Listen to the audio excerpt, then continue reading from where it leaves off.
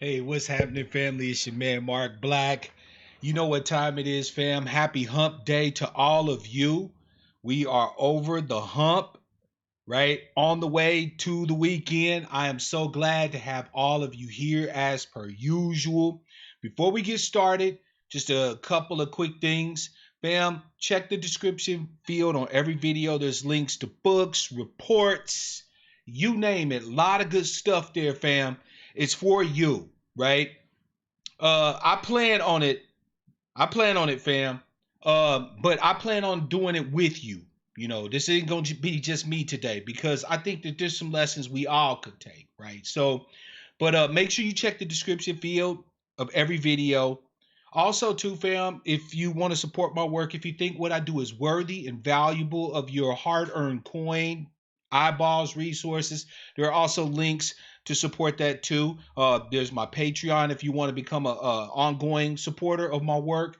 You can also pop something in the super chat. If you do want to say something in the super chat or you want me to address something specifically, make sure to pop it in the super chat, even if it's just, a buck or whatever. It's just to make sure that if you have an important statement or an important question you want me to address, that I see it and I make sure to address it. All right. So, fam, with that said, let's do the usual. Let's greet everyone. Darker Visions is in the house. Blase skibbity woo woo, right? Black brother Travis, also known as Black Dollars, is in the house. Peace and blessings to you, fam. Unapologetically Black is in the house. Black Man 903 is in the house. Namaste to my brother John. Welcome to the broadcast. Brother Brandon, welcome to the broadcast. Sister Alexis, welcome. If you are new to the channel, make sure you pop your name in the chat. You don't have to participate in the chat, but it's just so that I get an opportunity to show you some love and thank you for taking the time to join with us today. Made and Dade, happy hump day to you, fam. What it do, right? So, fam, let's get started, right? The title of today's broadcast is Nature's Way. On our last broadcast, right, we discussed on my birthday broadcast. By the way, if you wasn't here, fam, you missed the treat. The birthday broadcast was off the chain. Okay, we had a great time. I really appreciated the fam celebrating with me. Y'all were awesome. And thank you to all of you for the gifts too as well. I definitely appreciate it. But in that last broadcast, fam, we talked about a few things, and the topic of lessons from nature came up, right? What can we, as the descendants of the enslaved here in the United States, learn from nature that will better help us in our efforts, in our struggle, right? In our goals to press home this justice claim. Shalom, Lady Rule, by the way. Welcome to the broadcast and happy hump day to you, sister. So, with that in mind, fam, I wanted to share with you some things that I've learned from nature. Now, as an interesting little side note, I am probably one of the greenest brothers that you'll ever meet. And when I mean green, I don't mean like inexperienced. I mean really into the environment, animal life, the whole nine yards. Like in my house, recycling is mandatory, right? I'm always about renew, reuse, recycle. I'm always about building up and leaving the environment better than what it was when I came into it, and so on and so forth. You could call a brother a tree hugger, and you wouldn't be too far off the mark. I am very, very heavily involved in environmentalism. Not, organized environmentalism, not that Sierra Club, Peter bullshit, right? But my own personal brand of radical environmentalism. right? Um, so this topic kind of hits really close to home for me because I've spent a lot of time out in various biomes just watching our fellow life forms out there. What's good, Engaging Black? Welcome to the broadcast. A happy hump day to you. Fam, I have literally spent hours just listening to the background sounds outside my house, tuning out the cars, tuning out the machinery, and just listening to the animals. I'm not ashamed to admit that I've had conversations with squirrels. By the way, squirrels are really cool creatures. I believe that one of the reasons why we suffer so badly is because we have had our tie to the land broken. Let me explain to you where I'm coming from, fam. When you look at every people, right? Every group, every tribe, right? Because just like wolves have packs, orcas have pods, right? Lions have prides, we have tribes. All right. That is the basic unit of human collection and grouping is the tribe, right? Not the family. A family is basically like a lone wolf, right? Lone wolves die. Families organized into clans or tribes for their collective survival. You feel me? So when you look at all the tribes on the planet Earth, you notice that all of them designate themselves in two ways. They either designate themselves as human beings, right? Like if you look at say the Dina, right? The people we know as the Navajo. The Dina in their language just means the people, right? If you look at most tribal groups, they call themselves the people, right? Now, mind you, this is one way of differentiating your particular tribe or your particular clan from someone else's tribe, right? The second way that they tend to identify themselves is through a place or a connection to a certain life form in a place. We are the people of the brook. We are the people of the mountain. We are the people of the valley, and so on and so forth. Or we are the people of the raven, or the people of the bear, right? When you look at tribal groups around the world, they tend to identify with other human beings and they make a firm rooted connection to a land base, to a land mass.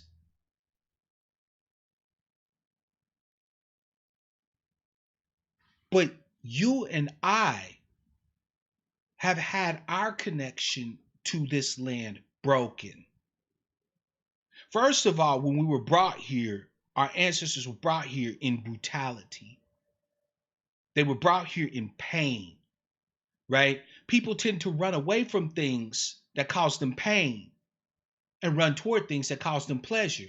So why would we be surprised that it's taken so long for us to claim the name, to claim our lineage and heritage, and to also tie it to this landmass known as the United States of America? Why would that be surprising, right? Look at how long it's taken us to understand that the blood price that we've paid ties us to this soil in a way that is intimate, that is undeniable. But yet, you have brothers and sisters who be like, shit, nigga, I ain't going to live out in the country. Fuck, I look like living on a farm. Psst, please. Me live out in the woods? What you think I am? Some cave savage? Nah, fam. What I think you are is a human. And every human needs two things. They need a tie to other human beings, and they need a tie to a land base and to the lives, plural, on that land base.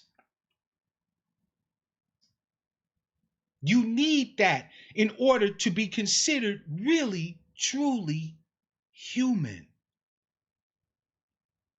A human needs human connection so badly that you could feed a child, make sure that that child was the perfect temperature, but if you did not touch it, it would die. That's how strongly you need a connection to other life. You were born needing a connection to other life.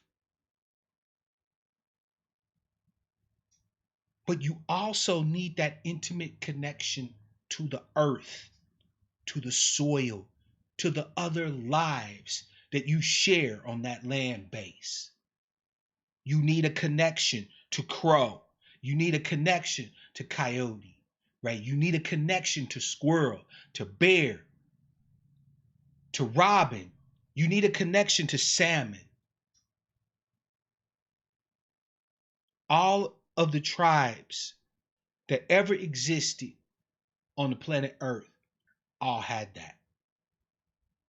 So today, fam, when we examine the natural way, I want you to keep in mind that ultimately, no matter what we gain from this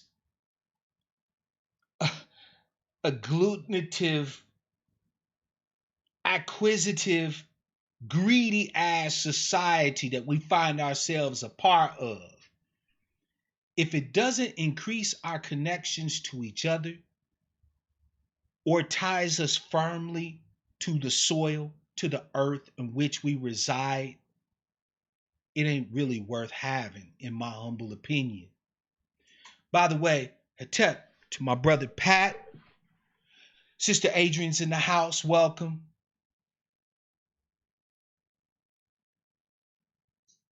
Engaging Black, clarify, who wiped out because of it? Clarify for me. So, fam, without further ado, the first thing that I want to talk about that I've learned from relationships, from nature. The first thing that I learned from nature is relationships. Because believe it or not, fam, there are only three.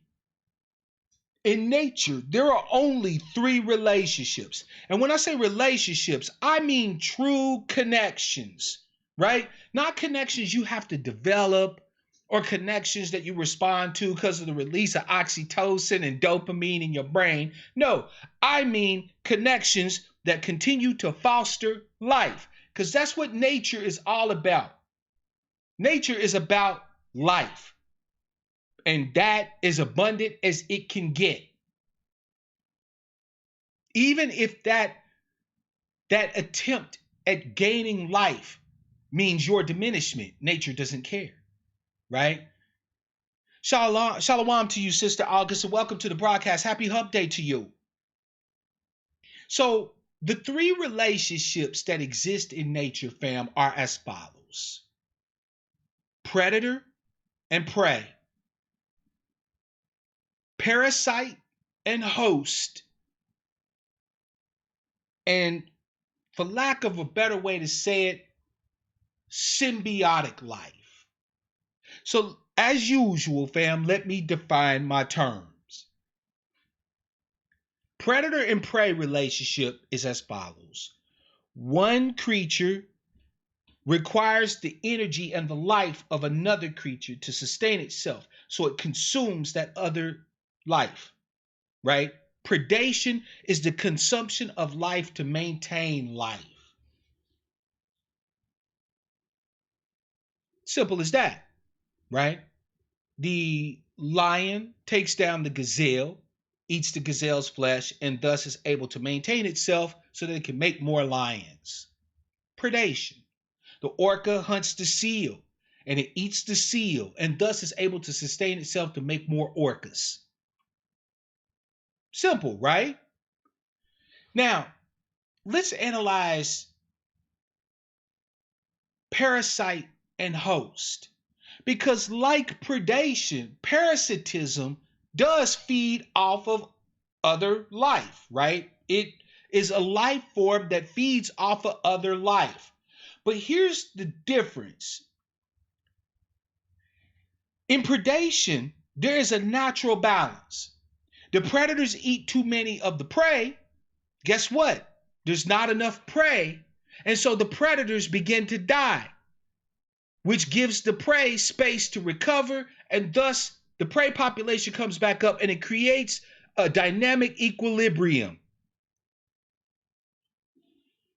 But parasitism doesn't care about all of that.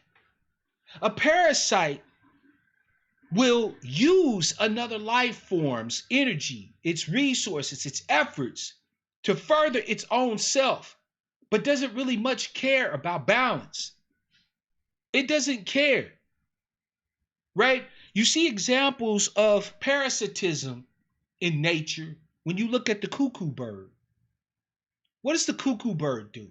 The cuckoo bird comes into another bird's nest and it kicks one of the eggs out of the nest and it lays its egg in the nest. So now this bird of this other species spends its time nesting, incubating the cuckoo's egg along with its own. So then the cuckoo bird and the other bird is born, and this mother bird is feeding the cuckoo as well as her own bird. But the cuckoo bird's usually bigger than the birds that they parasitize upon, right? So you've got this cuckoo chick that's growing 2-3 times size, demanding more and more effort, more and more resources, to the diminishment of the bird and her offspring. Parasitism is an effective strategy for survival. It's one way of doing things. The last relationship that I'm familiar with in nature is what I like to term a mutualist relationship or a symbiotic relationship. And fam, you do not have to look any further than your own cells for an example of a symbiotic relationship. Inside every one of your cells, there exists a life form that is not you, that is not human. Now, you say, ooh, another life form that lives in me, that's in my cells, like it's in my cells. Yes, motherfucker, it's in your cells. And it's been in your cells forever. In every human being that's currently alive, this creature lives in us. It is called mitochondria. Now, why does mitochondria live in us? Well, because mitochondria now has evolved to where it cannot live outside of us. But here's the interesting part. We cannot live without mitochondria. Mitochondria is part of the process that takes your food energy, breaks it down into a type of energy that your cell can use, ATP. Without mitochondria, you die. There are babies that are born without mitochondria and they don't make it. But mitochondria cannot live outside of you. But you cannot live without mitochondria. You and your mitochondria are in symbiosis, from the Greek sym meaning same and bios meaning life. You share the same life. Predator and prey, parasite and host, and symbiosis. 3. I see already in the chat, some of you are starting to see the ramifications of understanding these relationships from nature. And you're asking key questions. What type of relationship do we have with our fellow white citizens? Do they predate upon us? Are we prey? Are we hosts for their parasitic activities? Or are we in a mutually beneficial way of living with them? I will leave those questions up for you to answer. But understand, you now have the knowledge, the capability to analyze that lesson from nature. There are only three. And if anyone is not in existence with you in a mutually beneficial, mutually supportive, symbiotic fashion, then I can assure you, you're either predating upon them or they you, or they're using you parasitically, or you're using them. That's it. If the people in your life, fam, are not there to your mutual benefit, your mutual growth, your mutual enhancement, as go you, so goes them, that's all you need to know to understand your relationship with them, your natural relationship with them.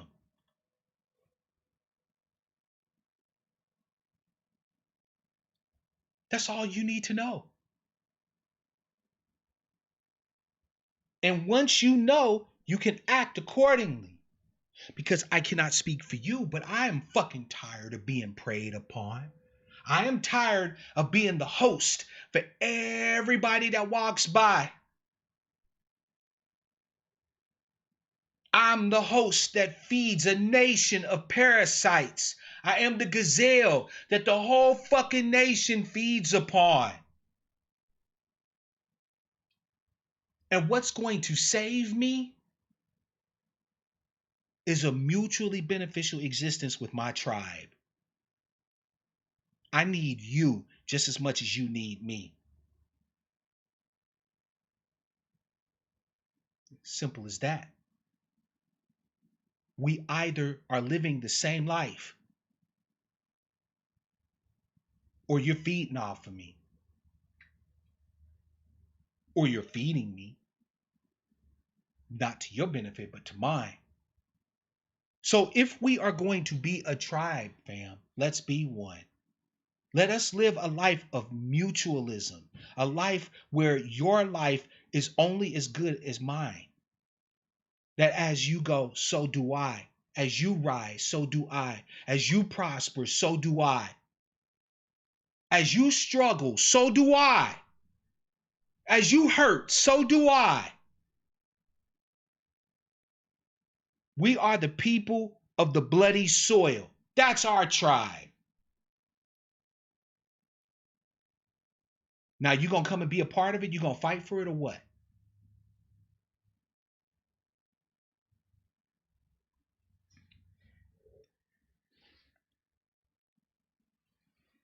Here's another lesson that I learned from observing nature.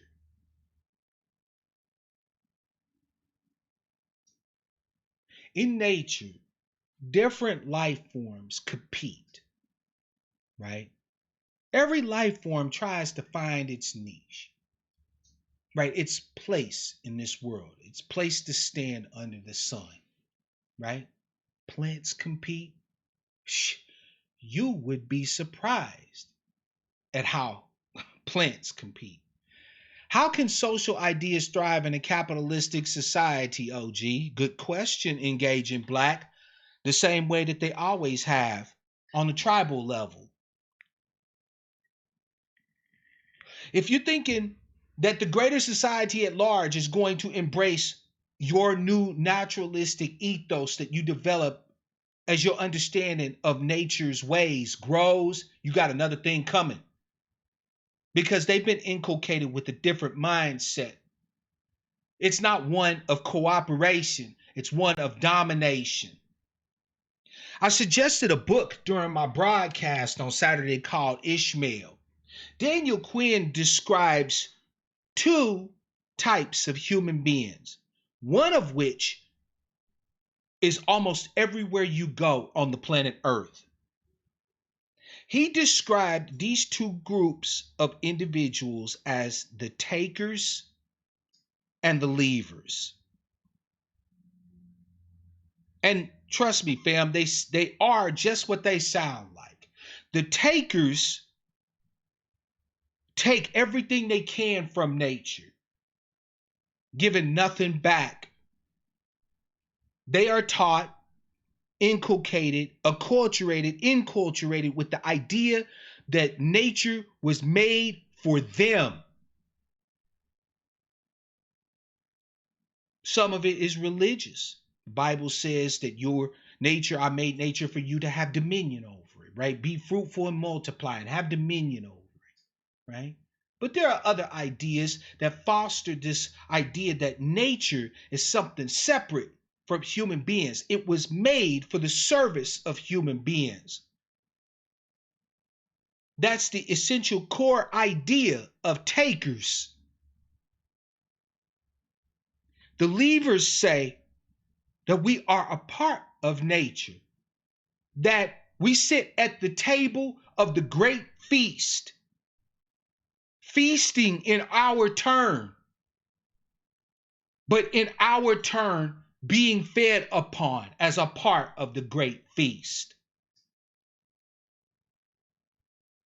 That's the lever mentality, right? That's the lever, the idea that when I leave, I am leaving to make the nature that I'm a part of better than it was when I got here. I'm making my contribution, right? Think about it, fam. When the white man came to America, they described a place that if you saw it today, fam, you wouldn't believe your eyes. They talked about rivers that had runs of sturgeon and salmon that was so plentiful that you could walk across the backs of the fish to the other side of the river and your feet not get wet.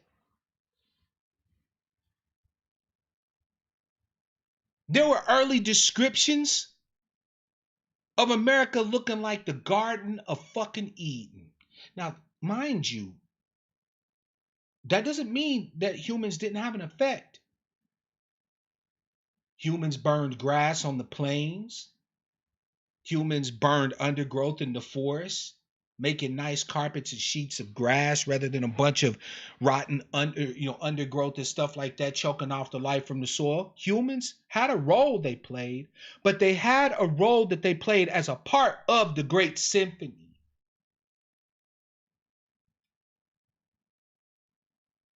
I'm not even certain if a lot of the tribal groups that were here considered themselves even the conductors of the symphony. How can you be the conductor when you're brother to bear? When you are sister to raven? Right? When you are blood brother to coyote? How can you claim ownership of the shit? How can you claim to be the boss of it? Right? When your great clan forebear was the orca, how do you claim ownership of that? You feel me? Like those concepts are fucking foreign. The takers and the leavers. Fam, I'll give you a little hint on how you can always tell when you are in the presence of the takers. And I wish I could take credit for it, but I can't. You can always tell when you are in the presence of the takers, no matter the language, no matter the skin color, no matter the religion, no matter what. Because the takers are the only ones that lock up the food. I bullshit you not, fam. You can always tell where you go and you're in the presence of the takers. Because the takers always got the food locked up. And you're thinking, what the hell does that got to do with anything? Because, fam, if they didn't lock away the food, would you do the bullshit you're doing? Think about this. If you had the means to keep body and soul together by just going out and getting it, would you be working that 9-to-5 job you got? Would you be going to school and working full time? Would you be hustling? A man named Marshall Solins wrote an article called Stone Age Economics. Do you know that in the Neolithic and the Paleolithic times, that the average human being only had to spend 4 hours a day to meet their daily needs to keep body and soul together? And the rest of the time could be spent with dancing, singing, kissing, making love, kissing babies, doing whatever, exploring. 4 hours. But we more civilized.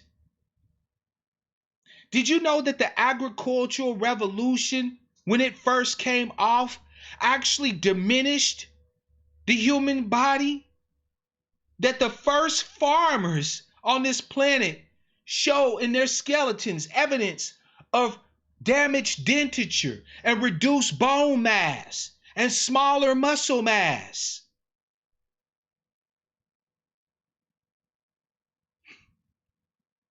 You need to be looking at this shit, fam. These things are all lessons that we can learn from today. But back to my point, fam, I digressed. In nature, every life form competes, right? Squirrels and chipmunks compete, right? You know, orcas and sharks might compete, right? Every creature in nature competes, and they compete to the full, right? And may the fittest get their shot. But they don't annihilate. You have never in the history of the world seen a gathering of lions that came to the conclusion that they were going to destroy all of the hyenas. You've never seen it. You have never seen it.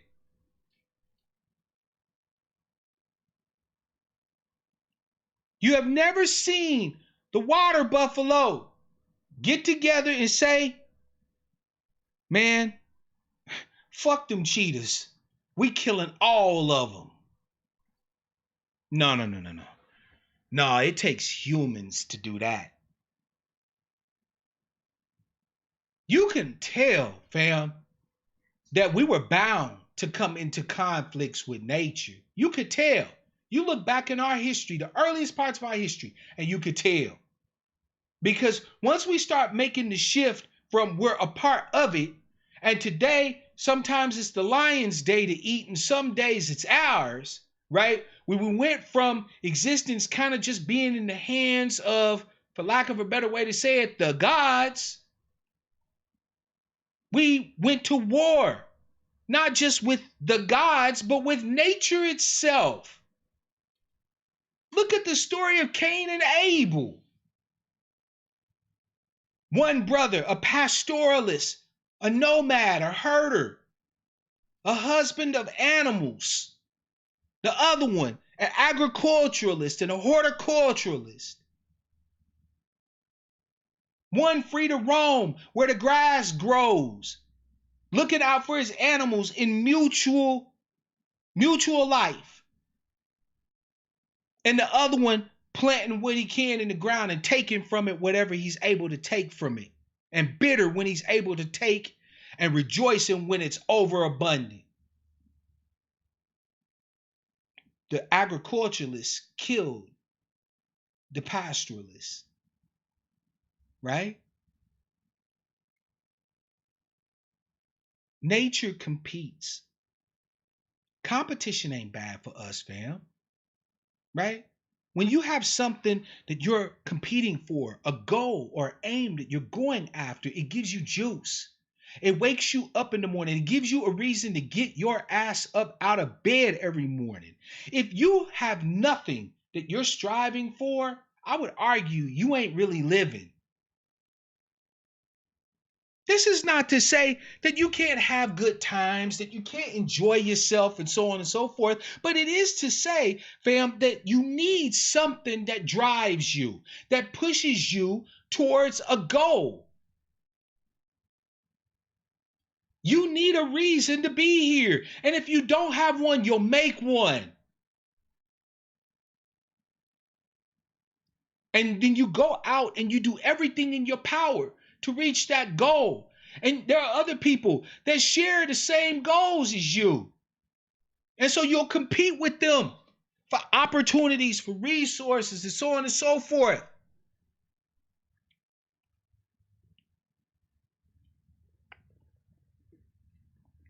But when you start talking about mass destruction, genocide, and that type of fuckery, your humanity already gone. Your connection to nature already dead. You're just a dead person walking.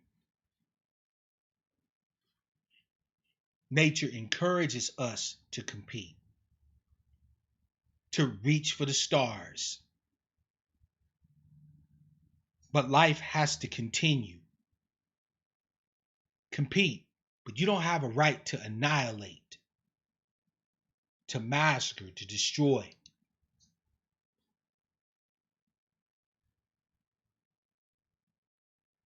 Y'all done got real quiet in chat. Shit's making me nervous, fam. I don't know if y'all just listening to what a brother is saying or if y'all like, fuck this nigga. I'm sorry, this naker, right? You know, bitch called us nakers instead of niggers. I can't. At any rate, fam, to continue, the last kind of lesson that I want to share with you is one that I discovered only recently, but has become quite important in my life since I discovered it. Thank you. Thank you, my nigga. I appreciate it. Right? I want to talk a little bit about something that black folk don't really talk about all that much. All right, so come close, fam. I want to talk to us about idleness. Idleness. Idleness. What is idle? What is it to idle? Right? When you got a car and it's idling, what's the car doing?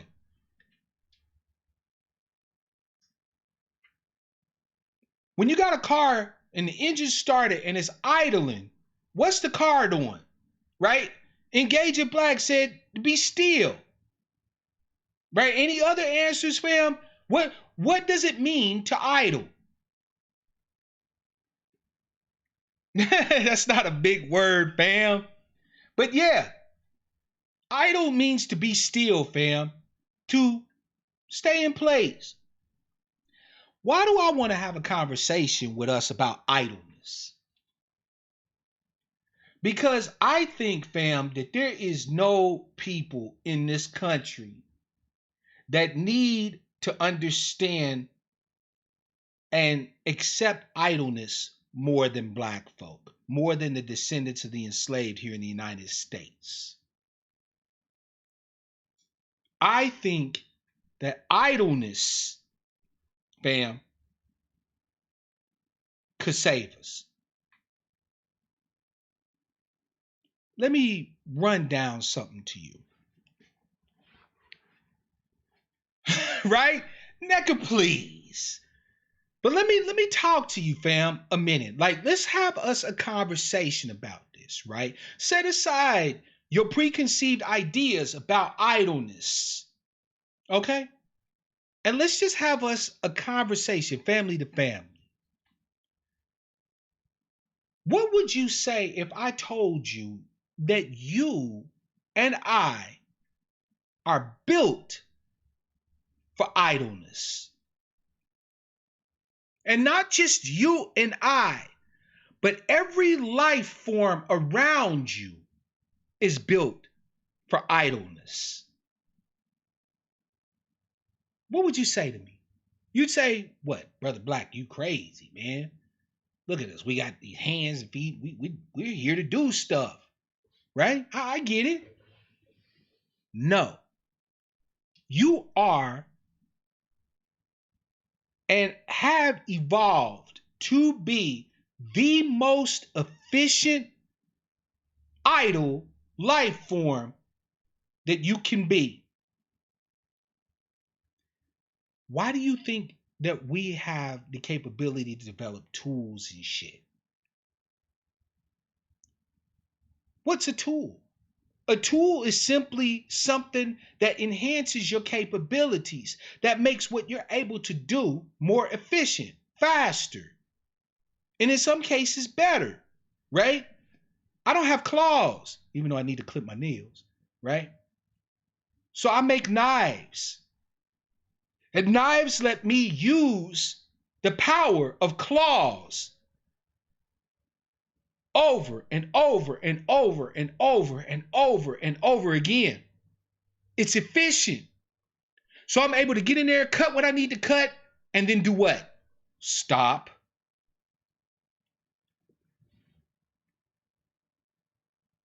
Everything that we do is designed to be efficient. And efficiency, fam, is a function of idleness, right? If we weren't meant to be idle, we would not be efficient. We would take the long way to do shit, right? We would take forever to accomplish something. If we weren't meant to get in there, get it done, and then stop, i.e., become idle, we wouldn't be efficient. We wouldn't be one of the best runners on the planet Earth with these huge gluteus maximus and sweat glands able to sweat to cool us off so that we can run long distances when other creatures will die from heat exhaustion and stop.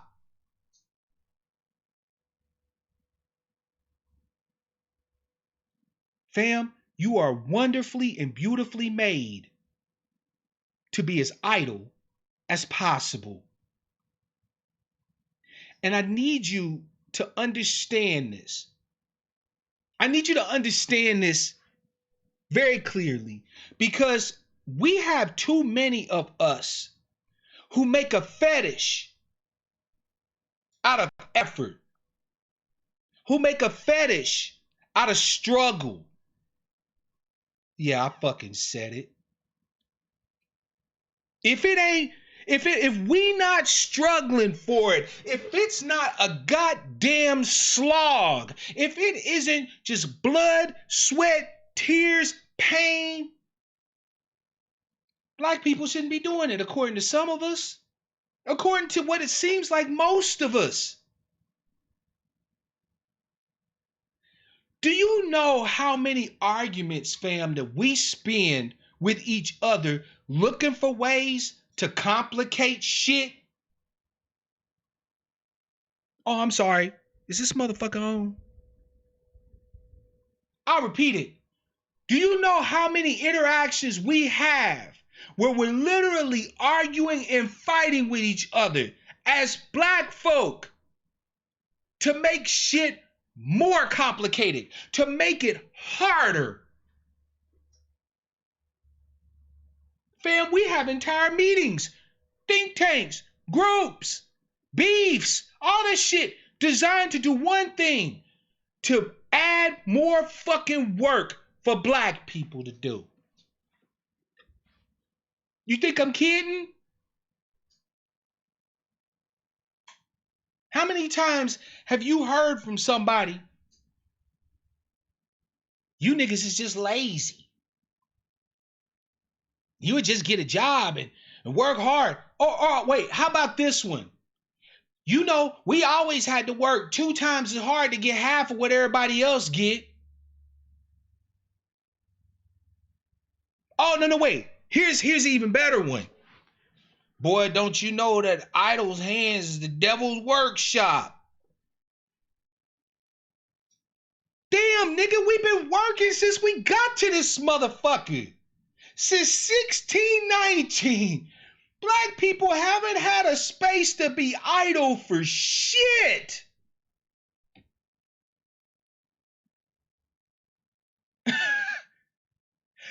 Don't that fuck with you?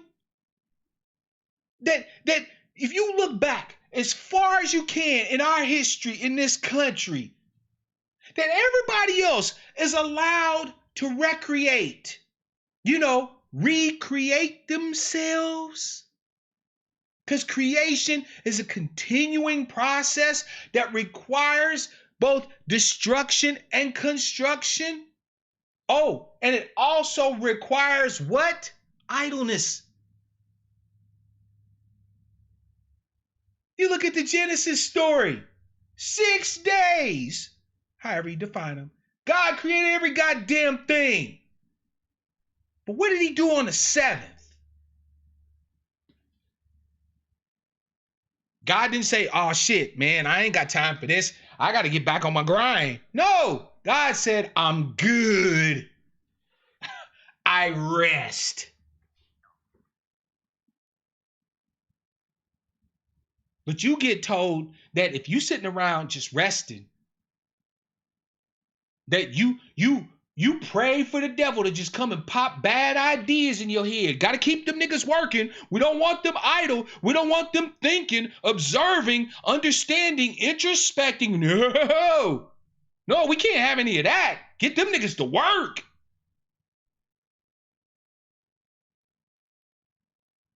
Nah, she can't be sitting there crocheting on the couch watching the babies play on the floor. That bitch got something to do.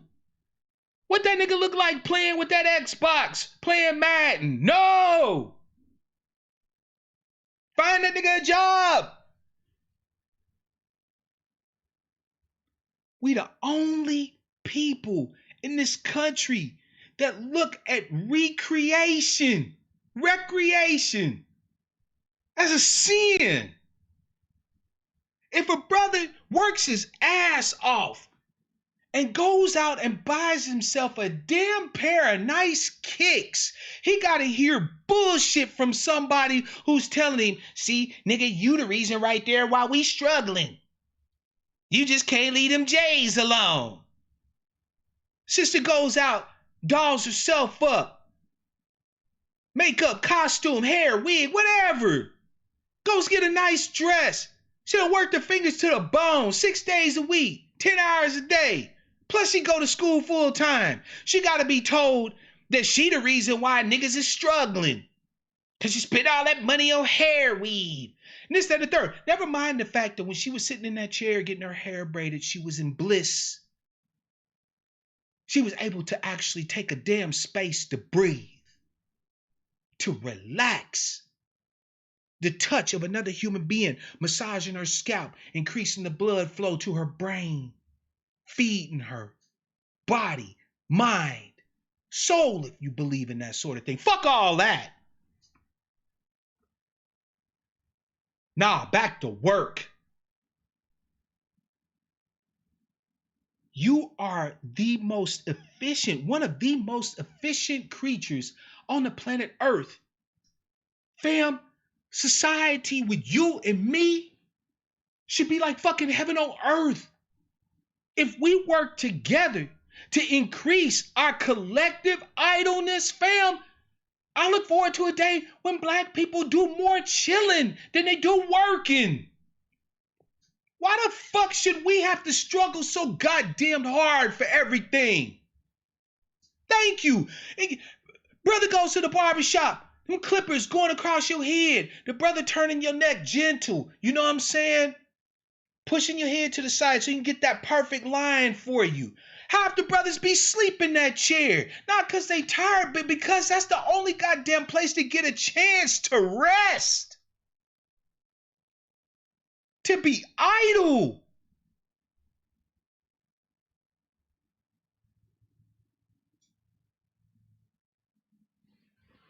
Who would dispute the power of a lion? Who? Name them. Who would say that a lion is a weakling? Especially the males. Big fucking manes, 500, 600 pounds, all solid muscle. Who would call a lion a weakling?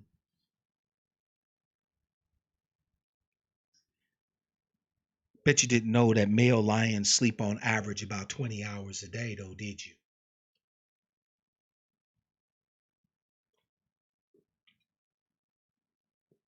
Well, of course he can afford to sleep 20 hours a day. The lionesses are out hunting. How long do you think they hunt every day? Lionesses hunt about 2 hours every day and spend the rest of the day chilling, feeding their babies, grooming each other, building bonds with each other, waiting on the next prey to come through.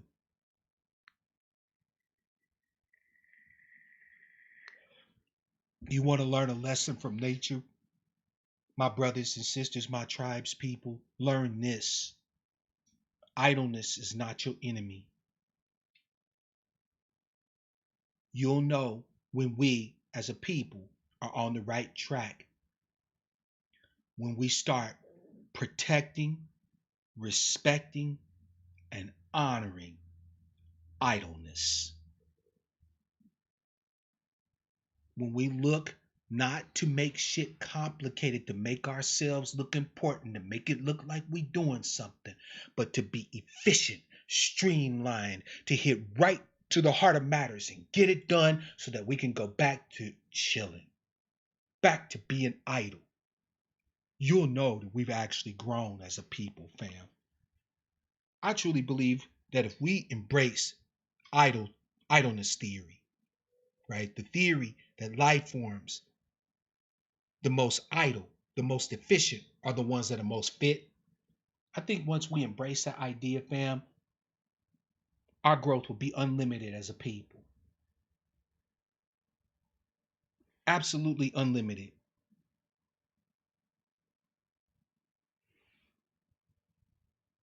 I need for you to understand, brothers and sisters, there ain't no shame in taking a space to just be quiet, to just relax, to do self and collective care. Brothers, you got a woman, just grab her and kiss her goddamn face. Touch her all over and tell her how much she mean to you. And then sit her down in front of the TV and say, you don't have to do shit. I got this for right now. Sisters, you got a man. Do the same for him. Not because you a pick me, not because you know that niggas. Just do it. If you got family, just go over to their house and just offer to be of service so they don't have to all the motherfucking time. Or better yet, ask them to come and be of service to you for a fucking change. It's all right to ask for help. It's all right to ask for help so that shit gets done and y'all both can chill. You got babies. Don't be breathing all over your babies 24/7, making sure that they got their homework done. You know what? If they don't turn in their homework tomorrow, fuck that teacher. They ain't teaching these kids shit anyway. Why you browbeating that baby? Let the motherfuckers go outside and play. Or better yet, take your ass outside and play with them. Find your happy place.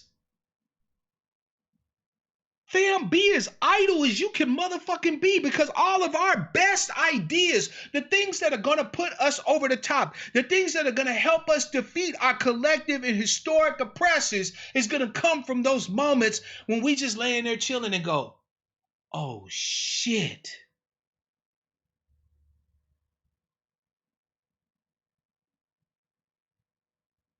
I promise you, I promise you.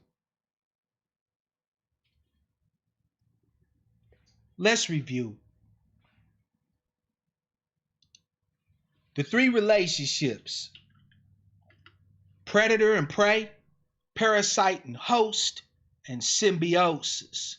Only 3. Pick what relationships you want to have in your life. You want to be preyed upon or always be trying to chase somebody down to eat them and destroy their life, ruin their energy just to feed yourself? Or do you want to have a mutually beneficial connection to other human beings, right? Go out there and give it your all when you go out there and you give it, right? Hang it all out. All go and no quit. Compete to your fullest. But don't be looking to try to wipe every motherfucking body and everything off the motherfucking map. Some days you'll get yours. Some days you won't. It's in the hands of the gods, right? And last but not least, fam, learn to just fucking relax. Alicia said rest is resistance. Fam, resting for black people is a revolutionary act. That's how important it is. You actually taking a space to breathe and helping other black people to take a space to just chillax is a revolutionary motherfucking act. Because nobody, not even other black people, want you to rest. Some of us only have our identification in struggle, in pain, and hardship. We don't trust anything that come easy. We don't trust anything that's just simple. But fam, you know the oldest life form on this planet Earth is single cell bacteria. One goddamn cell. Simple as fuck. That which is simple endures.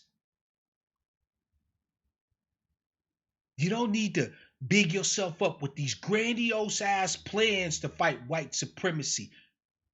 If we just start chilling a little bit and coming together and just relaxing, the ideas will come.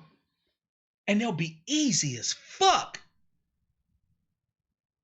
Shit, fam, I'm that nigga that'll walk past a fountain. You know the fountains downtown in most major cities? I done walked past a fountain and just took my shirt off and started playing in that motherfucker. I had policemen come up to me and said, "What the hell are you doing?" I said, "The same thing you should be doing. You want to join me? It's nice in here." You know what they did? They laughed. They said, "Well, you're not supposed to be in the fountain, but I see you having fun. Go ahead." Fam, you having fun, you enjoying your motherfucking life, you being idle is a revolutionary act. It fucks everybody up. Grab a baby today and kiss that motherfucker, and then just sit there with him, smell him, watch him talk and babble, and play with him a lot. Fine. Look, Dr. Black prescribes that you find at least 3 motherfucking kids and let them kids run your ass until you can't run no more. And then fall out in the grass with them or in the snow with them and laugh. Laugh a whole motherfucking lot. Why do you need to laugh? Ain't no reason. Just laugh, nigga.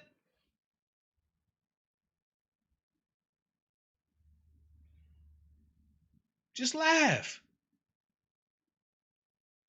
Fam, I was trying to get the phones working last time. I don't know if they will this time, but I'm going to try it. 425-296-1980. Thank you, August. Don't chastise your brother and sister for taking a motherfucking mental health day. You damn right I'm trying to start a population boom. We out here stressing, killing off our babies, 1,000 abortions a day, because we stressed out, because we scared about how we gonna feed them and this, that, and the third. We need to be more efficient. If 1 got food, then 2 got food. If 2 got food, then 4 got food. Shout out to the Prophet Muhammad for that. Right?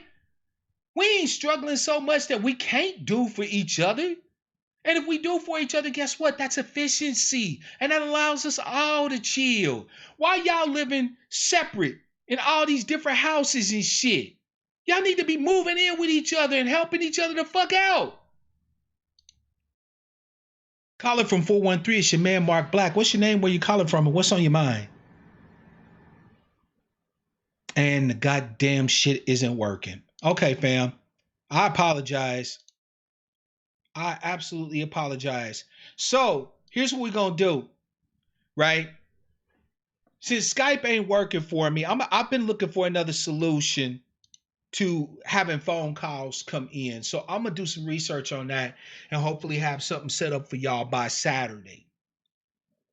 If you have any questions about the topic, please share them, and I'll be more than glad to take a stab at them. Right? Discord, I have to set that up too. I'm something's going on with my audio. I'm certain of it, and I just ain't figured it out, fam. And that's not on y'all. That's on me. I apologize for not having it the way y'all need it, right? But I'm gonna get it squared away for you. Any questions here? Somebody said minimize. Yeah, Taj said minimizing my presence on Twitter. It's helped my mental health. I hear you on that one. Adrian said I'm trying to start a population boom. You damn right. You are goddamn right I am. I need more black folk to be making babies and to be happy about the shit. I'm serious, fam. I'm serious. Be happy about it. Like, don't be doing it, brothers, and thinking, oh man, this bitch gonna hand me over the barrel for child support instead of the third. Man, we trying to change the dynamic on this shit, right?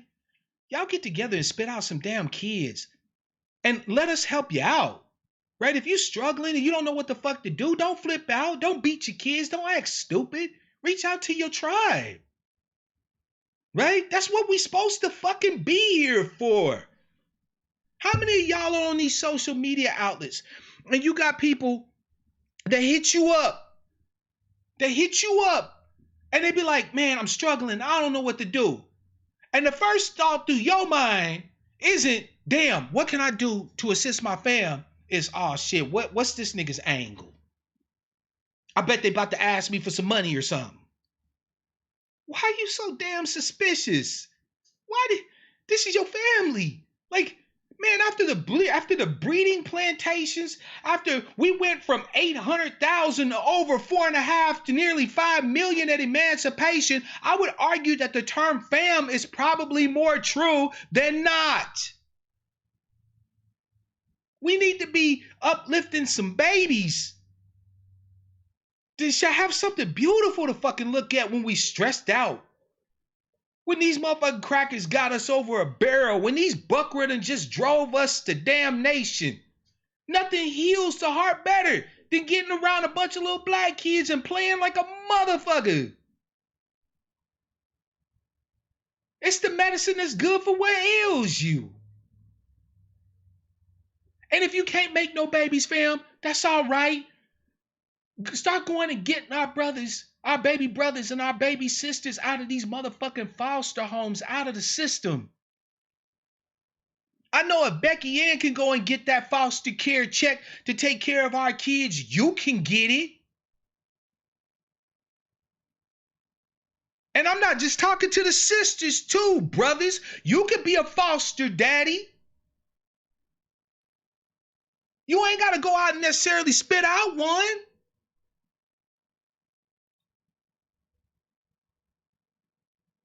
Man, start grabbing them babies. They are medicine. Family, part of the reason why our generations is all fucked up is because we all live separate, right? So when niggas turn 18, it's like, get the fuck out my house, right? You grown, good luck, right? Grandma ain't living at home. Grandpa ain't living at home. Great grandma ain't living at home. Great grandma ain't living at home. Grandkids ain't living at home. All of you niggas want 2,200 square foot of aloneness like white folks. And then you wonder why we struggling. We can't afford that. But if you get 5 families together, or 5 groups of people together, you motherfuckers can buy a brownstone and everybody can have a place to crash. And y'all can have a motherfucking garden in the back and everybody can eat. And when one body needs somebody to watch their baby so they don't get all stressed out from having to be surrounded with a squalling ass brat all day, y'all just go pick the baby up and take care of it.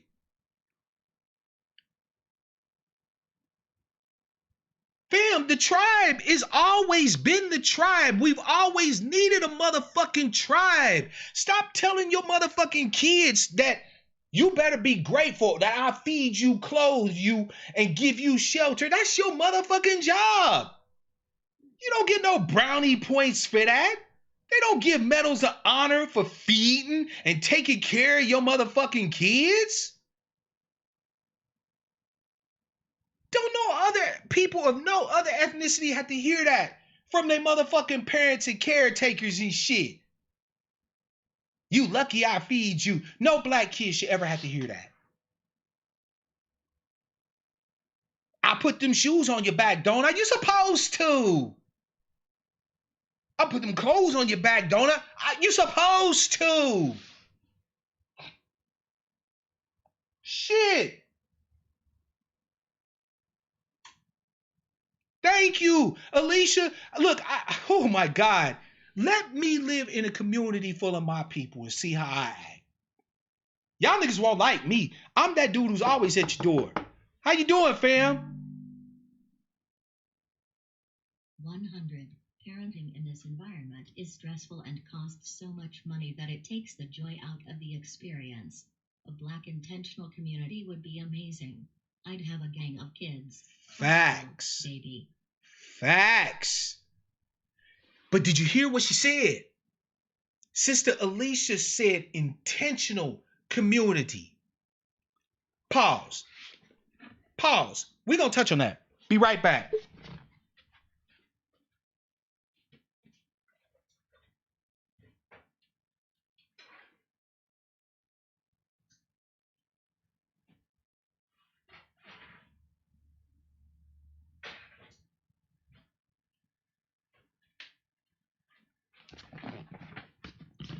Sorry about that, fam. Speaking on community, you know I'm the cook around here. So I had dinner, you know what I'm saying, in the oven I just had to take out, right? Let's talk about this real quick. Intentional community. Now, I was going to talk about this a little bit more in the broadcast that I'm going to be doing in the future on acquiring a land base. But I think this is a good time for us to touch at least on the basics of it right now. What's an intentional community, fam? An intentional community is a group of folk that get together around common principles and agree to live as a community. That's it in its simplest form, right? You have ICs all over the country. Yes, this is a thing. This is a real thing. You have white folks who don't know other white folks, but they share common principles. So they say, well, we share common principles. Why don't we come together and live our common principles in a common community? So they'll put up some resources. They'll acquire a piece of land. They'll build individual domiciles and community areas on it. And they will live together as a community.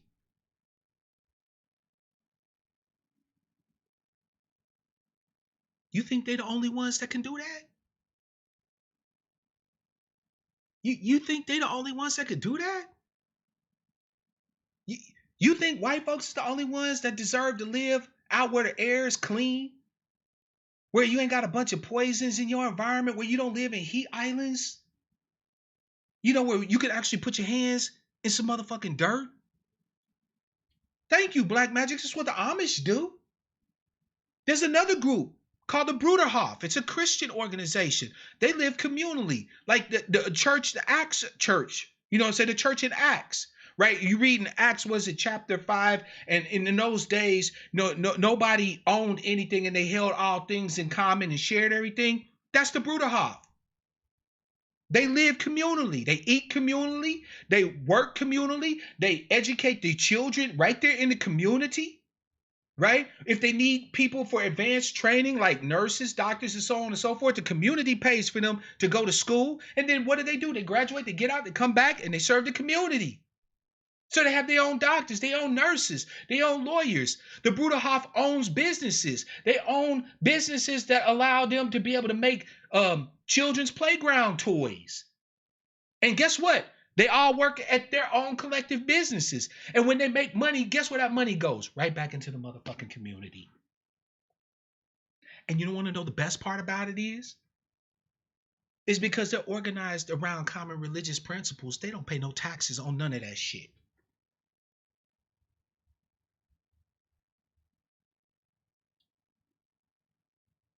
They don't pay no taxes on none of that shit. And they all own it collectively. So ain't no need for everybody to be trying to scrapple to get more than the next man. It all belongs to you anyway, fam. Why do you need to steal something from me when it's already yours?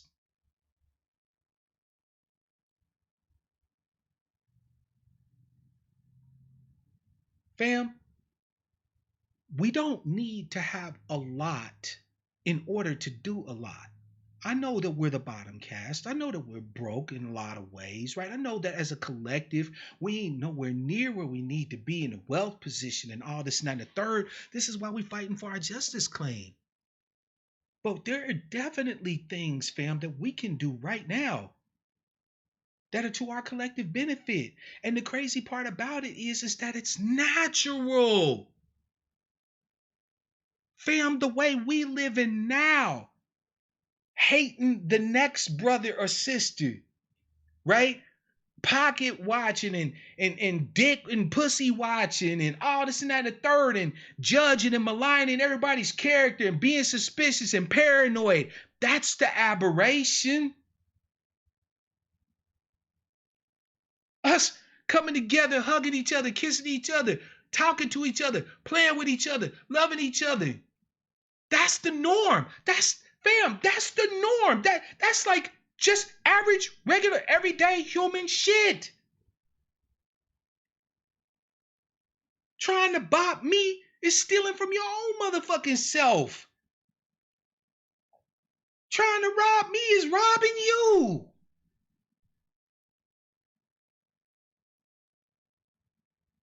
And nature teaches us this.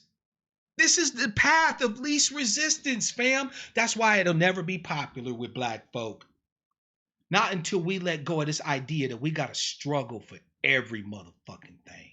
That we gotta work twice as hard to get half of it. Why would you say why?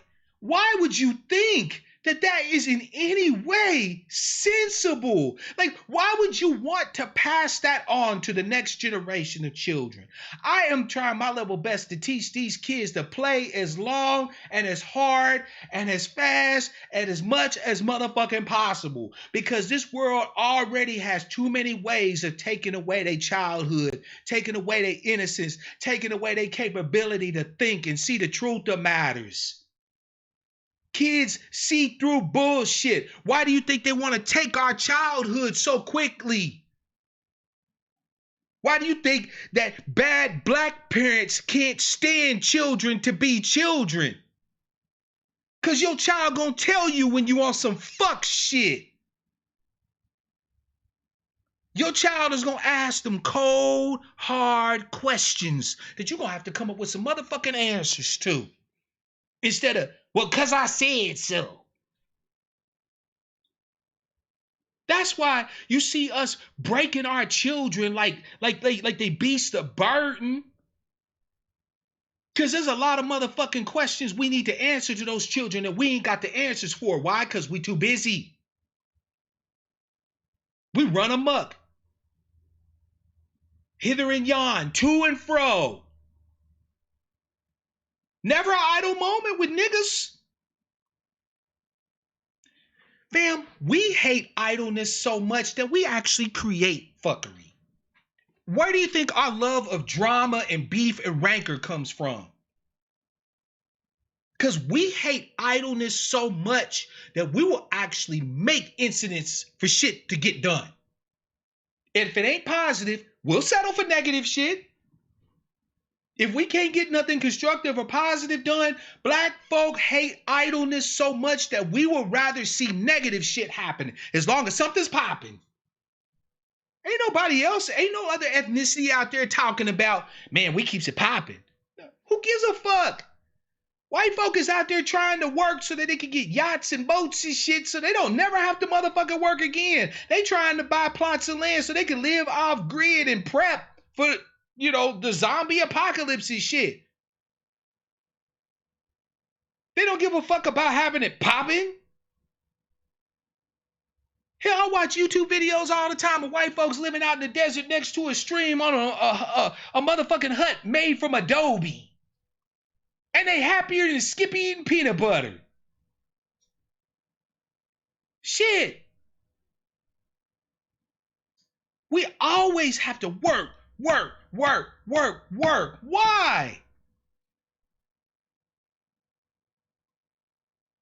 Fam, you actually have fruits that you've earned the right to eat.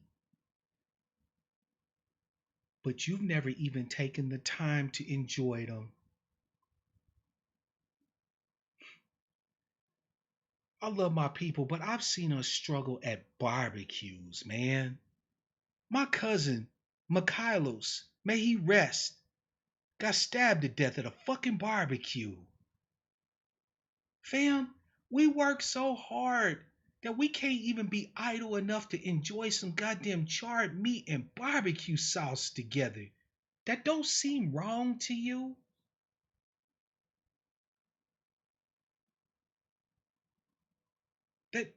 That don't seem strange to you?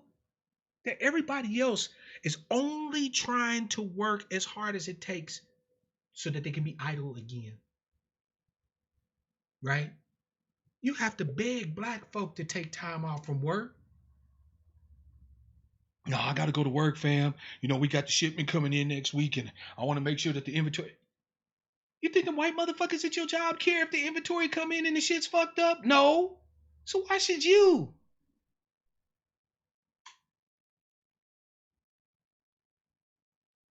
Give what you've been getting.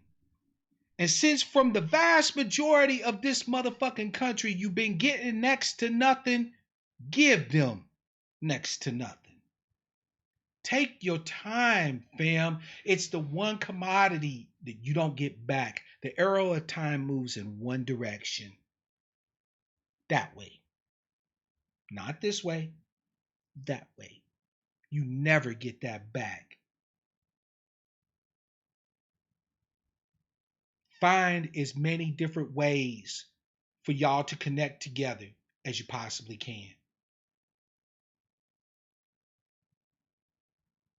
And I mean that shit. Fam. Find as many ways to get together as you can. If you can organize around your religious principles, good. If you can organize around, your family structure. Brother, black man was talking about he wants sister wives. Sisters, if anybody's interested, there's the brother right there. Get at it, right? If he can have two wives, if a brother can, be, a brother husband to another. I don't give a fuck how y'all do it, but start getting together with as many motherfucking black folk as you can get. That's the first thing. We need to stop with creating more breaches between ourselves. Right? The whole rest of this country don't give a fuck if it sinks. Why should you? Fam, God got to the seventh day and said, fuck it, I'm done. You think you know better than God? You need rest. You need R&R, rest and recuperation, so you can recreate your motherfucking self. So you can maybe help recreate me for a goddamn change. That healing we keep talking about that we need as a people, how we gonna get it if we always ripping and running the streets, going hither and yon, to and fro?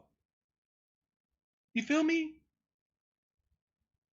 Fam, we need to start thinking intentionally about this shit. Intentional is just another word. Okay, so fam, intentional is just a white way of saying conscious.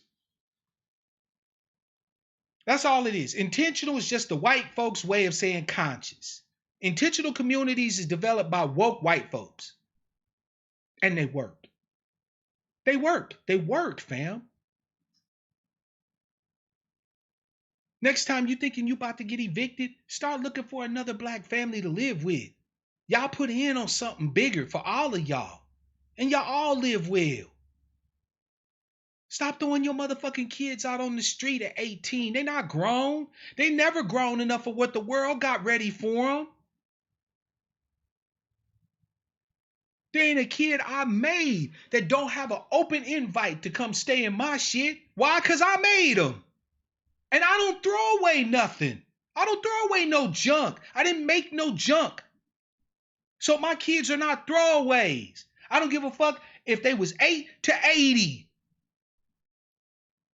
They need a place to stay. They need food to eat. They mine. And they babies. My grandbabies. They mine. My mother-in-law and my mama. They mine. So if I got a place to live, they got a motherfucking place to live. If my great-grandparents was alive, you wouldn't hear me talking about no old folks home. Not while I got a place that they can rest their head and food to put in their belly. We got too many motherfucking families out here. The lone wolves will die. But the pack got a shot. The pack can make it. You individualized families trying to have your 2.2 children and your 2,500 square foot big ass house with the SUV in the driveway, all you doing is helping to kill everything that we love on this motherfucker. You can have that, or you can be happy, but you can't have both.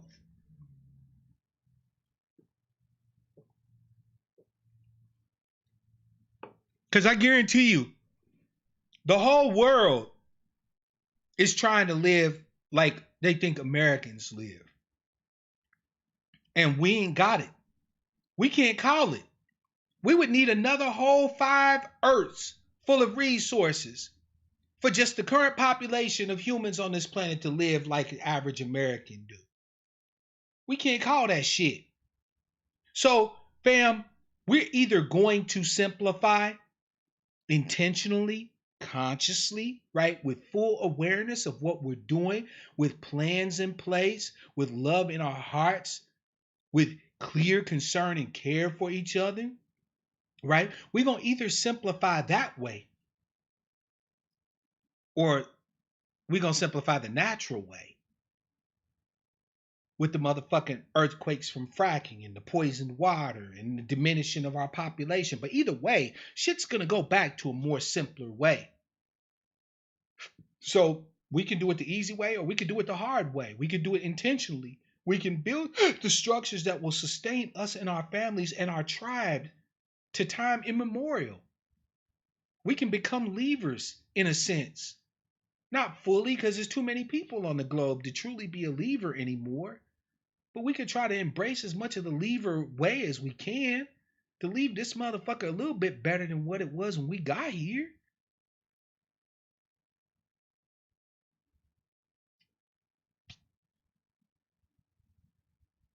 Alexis said, we have a plan to renovate the entire house and I want it back. Yep, that's right. Raise these motherfucking kids. Fam, get together and build y'all some shit. Fam, you can get rural land that don't have no utilities and shit on it, depending on where you go in the country, for as little as $500 to $1,000 an acre. And I can promise you, fam, 20 acres is more land than most of you motherfuckers have ever seen in your entire life. You'll think that you live out in the middle of nowhere. I bullshit you not, on 20 acres. Now you take that 20 acres and you divvy it up into motherfucking 3-acre plots. No, scratch that. Let's make it even numbers. Divvy it up into 4-acre plots so you get 5 acres. And then get you 5 motherfucking families to come out there and y'all put y'all's farms and y'all's kitchen and all that shit in the middle. with y'all's houses around the perimeter so can't nobody just run up in there and steal y'all shit or fuck with y'all. So you have a safe place for your babies. Build a schoolhouse on that motherfucker. Start you a motherfucking business where you're growing organic produce to sell on that motherfucker. Hell, out in the back, 40 some goddamn where, put up a cell phone tower. Cell phone companies pay big money to lease a little patch of your space to put up a motherfucking cell phone tower. Don't tell me what you can't do. Put up wind turbines and solar panels. Better yet, build passive cooling and passive heating so that you can use the sun. You can use the earth to make sure that you cool in the summer and warm in the winter. And the best part about it is because it's yourn, can't nobody come and evict you off that shit. And if you organize yourself right, you know, as a cultural or religious organization and let ownership be in the hands of the nonprofit, you could end up not even paying taxes on that shit. I know ways right now I could tell y'all. I know ways I could tell y'all right now where you can have as many families as you want, go out and get a piece of property and don't have to pay no taxes to Uncle Sam or to the local jurisdiction no more. It'd be completely tax exempt. Will you do it though?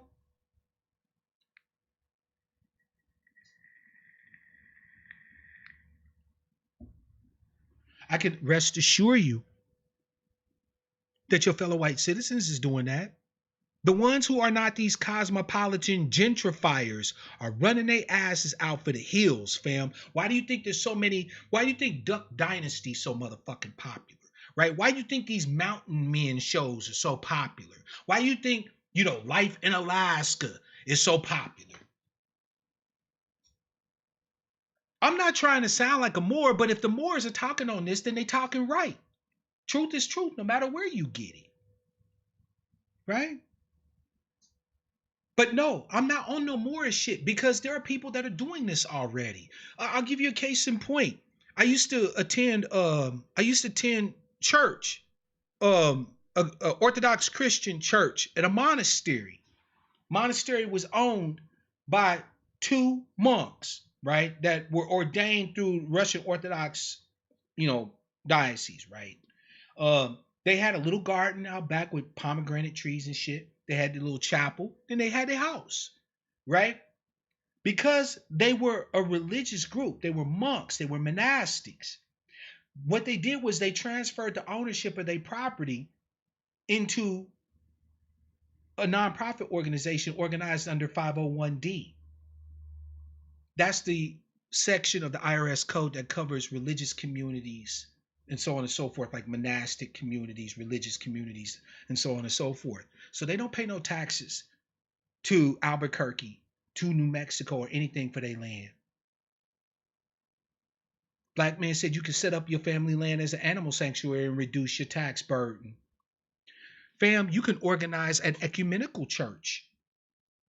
What's an ecumenical church? A church that embraces and open to everybody. Worship how you feel. You can have your Muslim brothers and your Hebrew brothers and sisters, right? You can have your Christian brothers and sisters. Hell, even as an atheist brother, I'll come and sing with y'all and participate in services. But we have our own ecumenical community church. And the ownership of the land is a part of the religious community because every member of the church is a member of the community. And we don't have to pay taxes on shit. The largest landowners in this country are religious organizations. Look at the Church of Jesus Christ of Latter-day Saints. See, when you start talking this shit to black folk, the first thing they do is that legal? How is it not legal and everybody else doing it? Latinos opening up little church, community churches all over the place. La palabra, blah, blah, skippity woo woo, iglesia de Cristo. And they living in motherfucking communities and shit with each other. You feel me? Come on, fam. I'm not setting you up with no trick bag. The Catholic Church owns land. Scientology they own Clearwater, Florida? They own Clearwater. The Church of Jesus Christ of Latter-day Saints owns Utah, basically.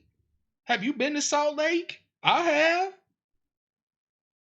There's nothing illegal about that. As long as you have set religious principles, spiritual religious principles, right? Because America has a separation between church and state. The church gets to exist and the state don't get to tell the church what constitutes a church. As long as you meet some minimum requirements, fam, you're allowed to worship as you like as a community. And you have membership in the church organized around the community, ownership of the property, of the land. Did you know that there's the parsonage exception, right? So if you have somebody that you've elected as clergy, whether you call them imam, pastor, minister, bishop, whatever, don't matter, right? They get a parsonage exception. Their personal domicile is tax exempt.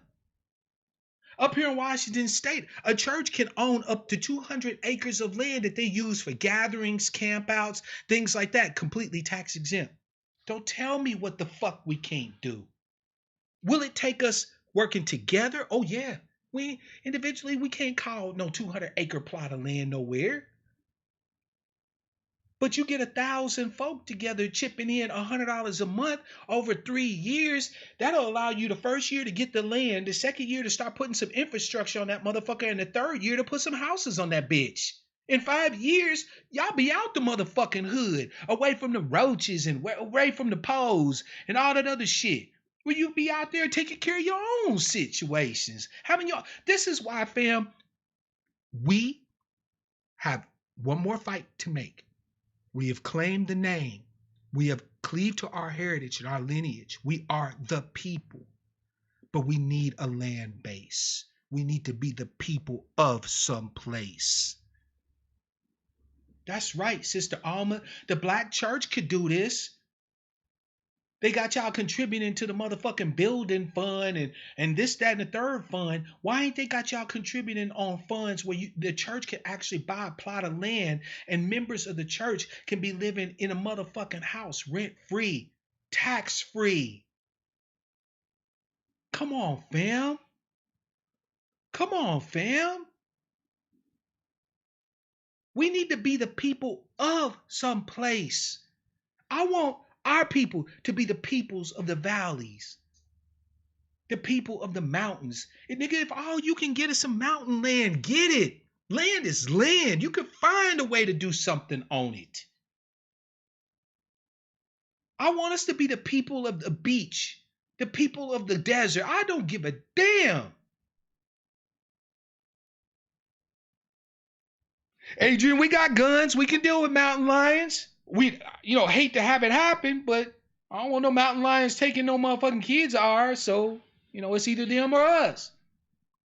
Love mountain lions, though. Beautiful creatures. But you got to be wary of them. Taj, let me tell you something. Telling niggas to move to Alaska is like trying to herd cats. But I've been trying to get black folk to move up here to the Pacific Northwest forever. I live in Western Washington, fam. The ocean that way. And when I say that way, I mean just that. It's literally that way. Puget Sound, which connects to the motherfucking Pacific Ocean. Right over there. There's mountains here, trees, water. On the other side of mountains in Okanagan County and all the other counties on the other side of the mountains, there's land for days. It's a little drier over there. It gets a little colder in the winter than it does over here. You got Oregon. The motherfuckers actually passed laws to try to keep us out. Wouldn't it be ironic if niggas took over Oregon? I'm sorry, Nakers. If Nakers took over Oregon. We right here on the coast, so we have access to ports. You feel me? But yeah, there's Alaska. Fam, if you want something bad enough, if you want peace, if you want idleness, if you want to be able to breathe sometime in this motherfucking life, you feel me? Kenneth said, I'm about to unsubscribe. Don't run off, fam. I'm just simply saying that there's plenty of options out there for us, right? We don't have to be stuck in these gentrified urban ass areas that are overpriced where they're running us the fuck off. We don't have to be stuck in that. We don't have to be stuck in that, fam. Our people, ever since we've been here, been people of the soil. The white supremacists is trying, but white supremacists are already here. The white separatists are trying to move to the Northwest, but the white supremacists are already here. Seattle's that way. It's filled full of soft racists.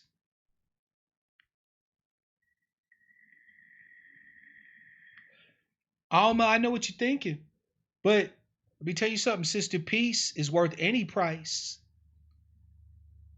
I'll move someplace where there's snow on the ground for more than a week, as long as I have peace, as long as I have community, as long as I have my people.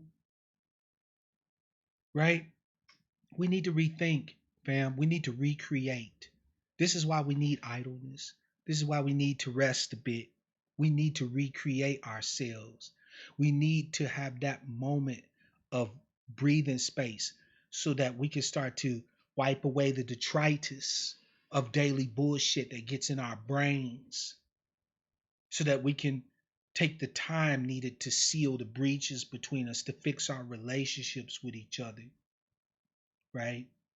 Being out on the soil, being out on the land ain't no crime.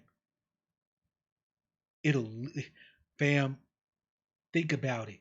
We die every day from heart disease, which is a direct result from the stress of being the descendants of those enslaved here in the United States. We die from complications of diabetes, again, from stress. Cortisol is your motherfucking best friend from the moment you old enough to understand who and what the fuck you are. That's not your birthright though, fam. Your birthright is peace, just like everybody else. A place to stand under the sun like anybody else. I'm with you, August. There's no way in hell our people should be homeless. So if they won't give us homes, we're going to have to take them. We're going to have to make them. We've always had to take whatever we get here in the United States anyway. Anything we ever got, we've had to take it. So fuck respectability. I remember when those sisters started squatting in that house in Oakland. You know how many black people was talking about that's illegal? I gives a fuck. These sisters ain't got no place to stay with their babies, so they go turn on the motherfucking utilities, put locks on the doors of an empty house, and start living in that motherfucking. And the words that come out of your black mouth is, man, that's illegal. You hoe ass nigga. I was rooting for him. I wish more of us understood adverse possession.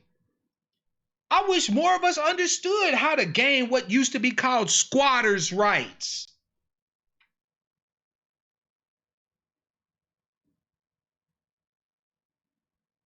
We making fun of people taking a house. They got 16 million of them motherfuckers out here. Literally, the banks are holding on to 16 million properties throughout the United States. Enough that every homeless family can have a place to stay. So they don't want to let us buy them. They ain't giving us the motherfucking home loans we need to get them. Our credit fucked up. They got us redlined to hell and back. Our FICO scores are for shit because our zip codes is all fucked up. If they won't make us respectable, then why be respectable? Fuck them. Go out here and take this shit. They took it, and then they passed laws that try to make you think it's bad for you to take it. Fuck that. Hell, being black and breathing in the United States is illegal. Fam, you broke the law when your ass was born. You were supposed to have been aborted or some shit. You talking about That's illegal. I love my people, but y'all fuck me up. Ain't nobody else giving a fuck about the rules. Don't know, fam. Don't nobody else care about the rules. Don't nobody else care about the rules.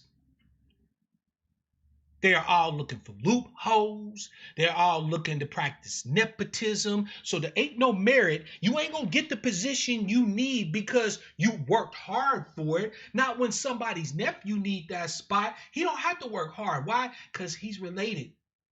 So he going to get it. Fuck you. You working yourself crazy, going to school full time, working full time, trying to get that lamb skin, only to have to go chase down a position that somebody gonna hand to somebody that ain't nearly as qualified as you. But guess what? They cousins of the person that they married. But you don't practice nepotism. You're not looking to just put your people on just because they your people. You looking at ways to disqualify neighbors. You can't do that. That's illegal. Oh man, I would hook you up with this job, but you know what I'm saying? Them white folks, fuck them white folks. Them motherfuckers is the same white folks that'll have you train your own motherfucking replacement.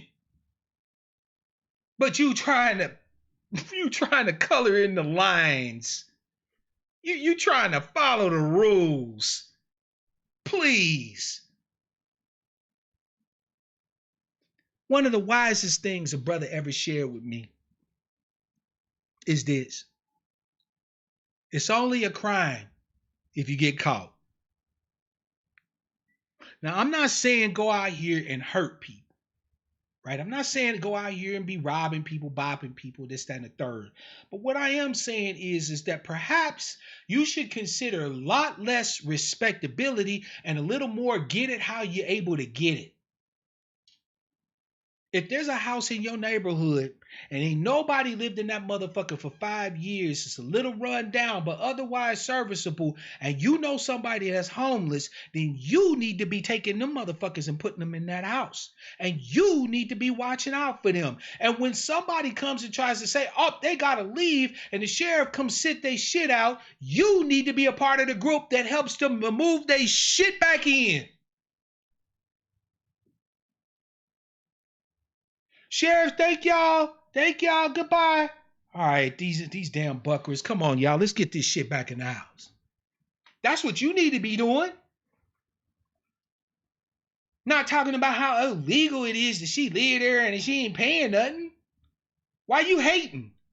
You need to be living where you at, not paying nothing. You already paid the blood price. There shouldn't be no one of us that have to pay rent on nothing. So you already getting bopped, and now you want to see your tribes person get bopped when you can help them to get it? See, that's why I said. But I get these ideas, family, because I recreate. Oh, I recreate as often as possible. I be sitting there thinking, what's wrong with somebody just going and taking a motherfucking house? How would you go about doing that?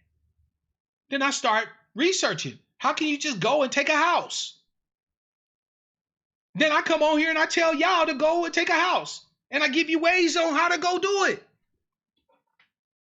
That comes from idleness, from taking the time I need to just rest. They don't want you fucking thinking. Kenneth said, I had a black shift supervisor. He trained 2 foremen before quitting. Ain't that a bitch? Everybody out here putting their own on. It ain't no merit involved. It ain't going out here and competing and may the best person win. If you think that shit's true, I got a bridge. It's located in Brooklyn that I want to make sure I sell you at a reasonable price.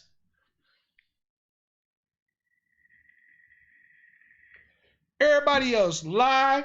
Everybody else cheat. Everybody else practice nepotism. Everybody else do all of it. And you the only one sitting here obeying the law. Why? Why? You don't have to. Nobody else is. Who made you the motherfucking conscience of the United States? I ain't sign up for that. If my people get it however they get it, I'm happy for them. I'm not that dude who sit here and say, oh shit, that brother robbed a bank. I hope they get that nigga. That shit's illegal. Shit, he robbed a bank. I hope he get away.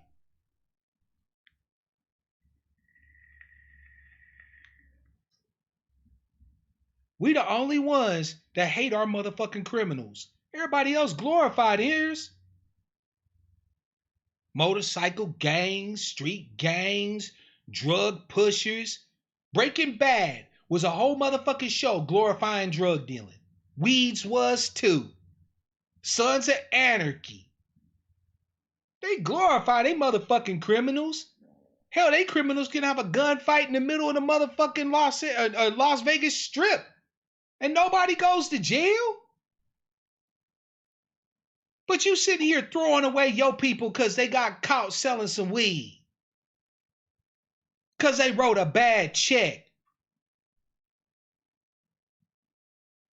Because they committed wire fraud. Please. I'm not throwing away my people from bopping no motherfucking bank. I'm not throwing away nobody who went and got it however they got it. Certain things we shouldn't tolerate, like pushing drugs in our community. Take that shit elsewhere if you're going to push drugs. It's cool. People going to use them. Why not let us get the bread?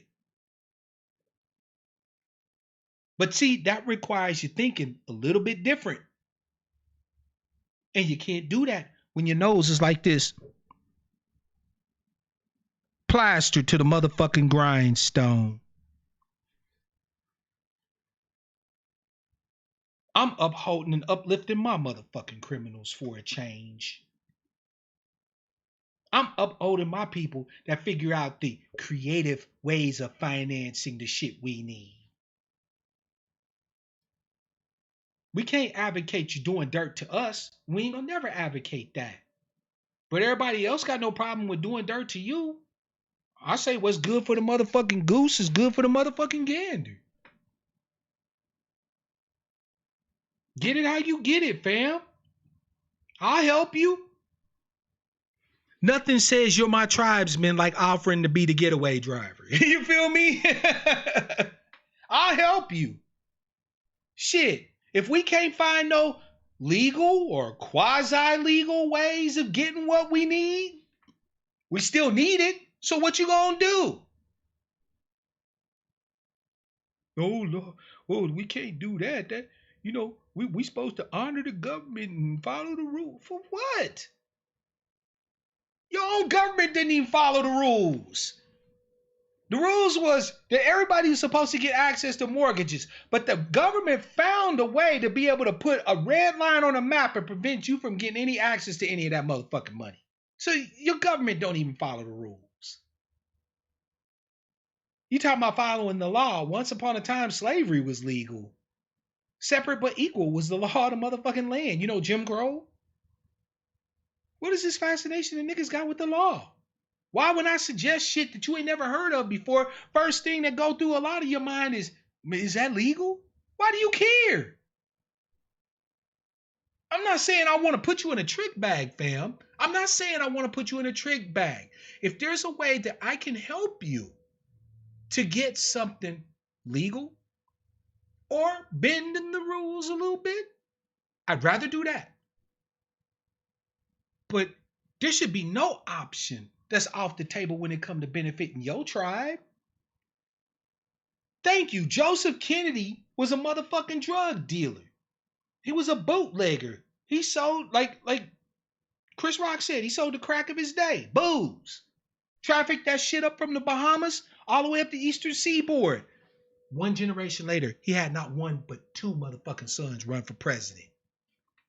Don't tell me that following the rules, that being about being the hardest working, that we got to be better than everybody else to get half. No, fuck that. Fuck everything about that. Nobody else is doing that.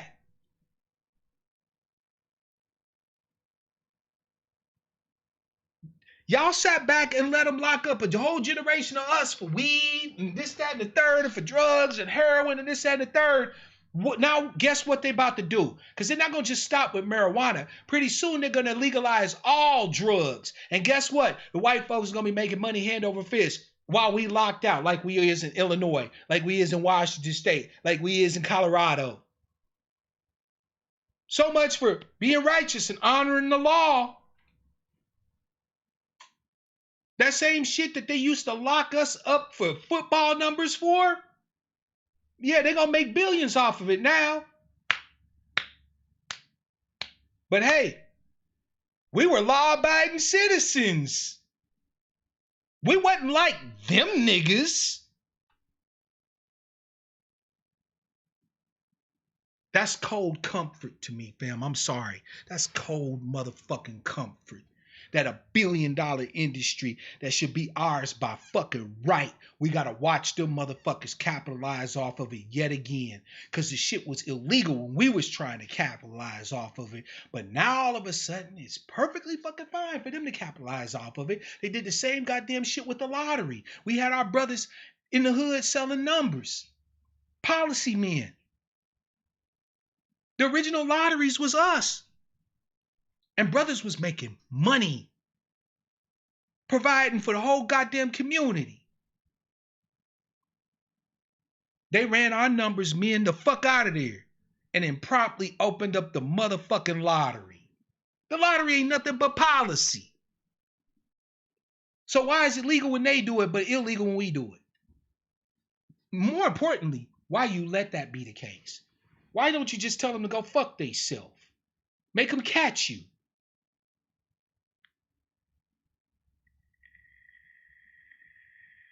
Compete, fam.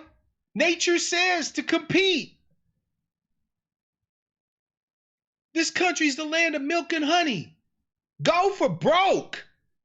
Get it how the fuck you get it. Compete to your fullest capacity. Show your fitness to be here. We ain't got to talk about killing all the white folk and revolution and blowing everything the fuck up. Hell, we haven't even started competing with them yet, really. We haven't started playing by the same rules that they operate under.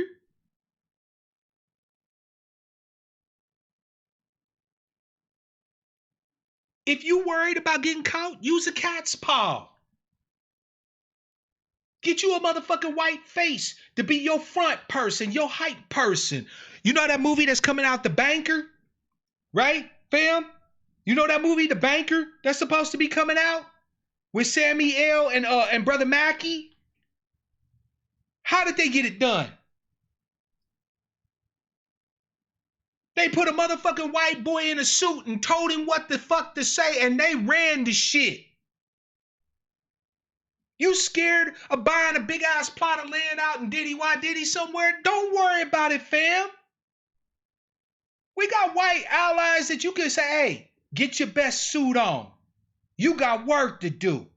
You need to go out here and talk to these motherfuckers. This is what you gonna tell them. This is what our bread looking like. You ain't going above this price. You don't even need to do that. Just get you a lawyer and have them negotiate for you. Put a white face in front of you. So you don't even have to be worried about the shit. They be like, John, that's a great deal. Done. Shake hands, sign the papers. Then they look up and a whole bunch of motherfucking black folk move in. Woo! Ooh, fam, I love it. I love it. I love it. Use a cat's paw. Nah. They did some investigation and then they said they're going to go ahead and bring that movie out. It's coming. But you just got a sneak preview today on motherfucking Black Outcast Media Broadcasting. Use a cat's paw.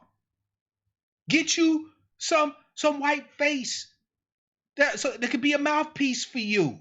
You don't have to be in front of every motherfucking thing. Some things, fam, you don't even want to be in front of. Black man said that's what Weather Underground did. You goddamn right. Weather Underground was against the government. And they figured that the the Panthers and other groups was against the government too. So the weather underground was white folks, right? The SDS, Students for Democratic Society and shit like that. They got together and went and did the dirt that the black folk and the Latinos and everybody else couldn't do. We got a gang of white folk that are against our interests, but not all of them. Use the motherfuckers. They want to be allies. Put them on.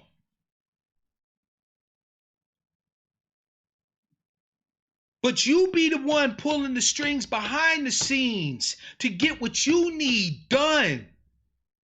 Fam, I'm sorry, I could talk about this shit all day. Fam, I literally lay up and think of ways to get this country to give us back what's ours. And to take back what's ours from them if they don't want to give it. Why ain't you doing that too? Why don't you take some time to rest? You ain't got to be ripping and running, fam. You don't have to work twice as hard to get half of what everybody else got. That's not a virtue. Right? Working yourself into an early grave and dying in your 40s, leaving your babies and your families and your mates behind is not a virtue. Being broken down at 60 and decrepit to where you can't even enjoy what's left of your life, that shit's not a virtue. Find your space, your place to be idle, to stop, to just stop and exhale. Breathe in, breathe out.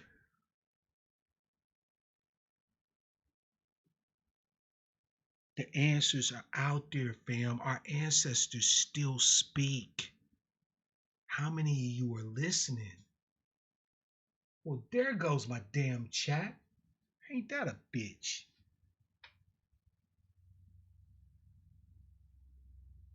How many of y'all are listening? The ancestors are still speaking, but like the gods you believe in, our ancestors speak in a small, still voice. Our ancestors speak on the wind. Our ancestors speak in the waves of the water. Our ancestors sometimes speak crow. Sometimes they speak squirrel. Sometimes they speak through a tree. Put your back up against a tree and close your eyes and listen. I'm not spinning you yarns. You are literally your ancestors. So whatever voice you hear in that head that guides you, if it guides you right, it's you. It's the ancestors speaking through you.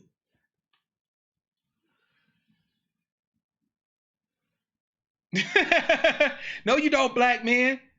Because there's enough of them white folks out there chasing us down trying to be a part of some shit. You know? Put them on. But you be the motherfucking puppet master and make them be the spook that sat beside the door.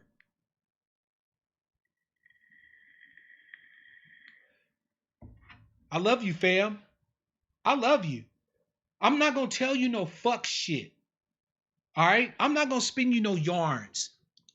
Right? We need to understand, what relationships do we want with the world around us? Do we want to be prey for everybody? Do we want to be parasitized constantly? Or will we start to demand mutual benefit, working to build a situation where our lives are dependent upon other lives, but those lives are dependent upon us too? When are we going to actually start competing with everybody else in America? Not competing for righteousness and morality. You can be righteous as you want to be. That's between you and your Lord. With everybody else pay cash. Compete to your motherfucking fullest. When you're not idle, you need to be out here giving them hell. For those who followed me on Twitter yesterday, my sleep tweet said, "Family, I love you. Rest well so we can give them hell."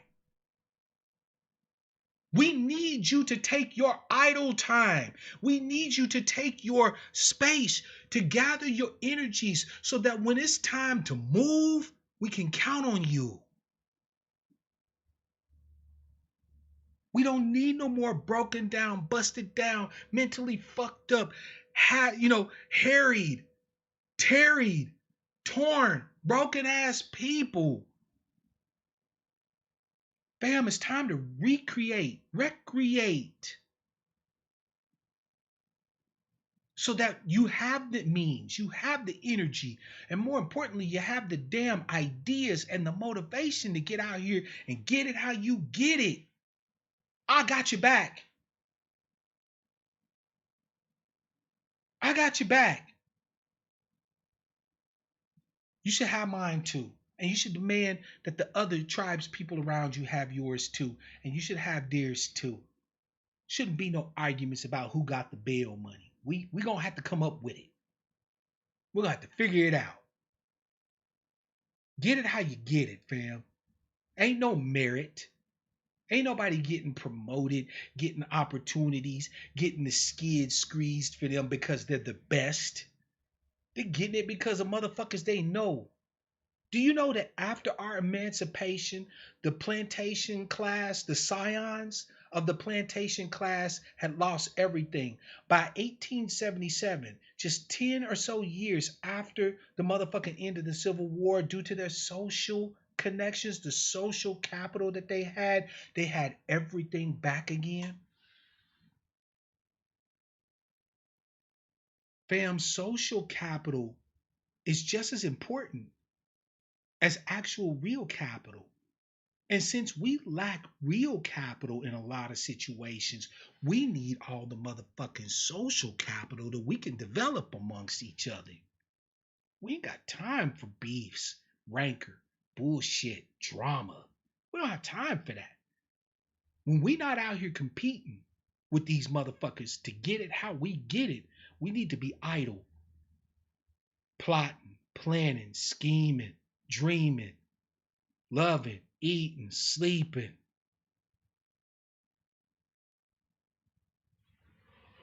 That's all I had to say on it, fam. Thank y'all for y'all's patience, man. I appreciate it. I'm sorry that the phones didn't work, but I'm gonna work on getting a new situation, new setup going. I want to be able to hear from you. I don't want to be sitting here just doing all the talking, but I appreciate y'all allowing me to do it today. And hopefully you're able to take the lessons that I shared with you and use them to your individual, your familial, your community, as well as your tribal benefit. I need you to take these lessons that nature has spoken to us on and put them into use, right? Let's build mutual lives together. Your life is my life in a real sense. In a real sense, not no faux ass, pseudo spiritual cloud and pie in the sky shit. No, your life in a real sense is my life, and we need to start acting like we see it that way. We need to come out here and compete with everything we got in us to get it however we got to get it, because everybody else is doing that, right? And we need to take that space that allows us to husband our energies to give us the power to be able to come out here and compete. There's a time for work, but there's a time for idleness. And it's no sin, it's no crime for you to take that time to get your hair done, to get your head cut, to go get that nice fitted you've been looking at, to play video games, to make love to somebody, to play with some motherfucking kids. You never have enough time for that shit. It's always a good time for that.